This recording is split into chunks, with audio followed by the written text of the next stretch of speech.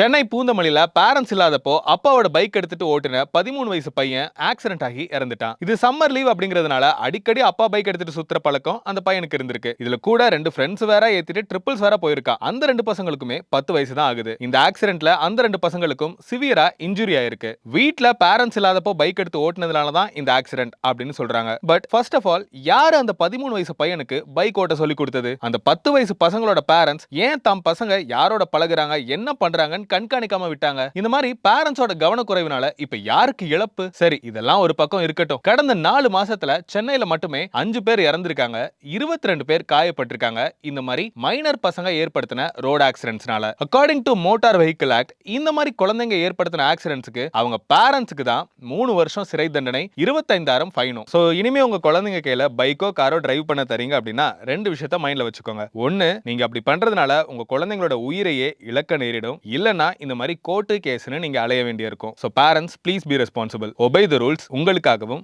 மத்தவங்களுக்காகவும்.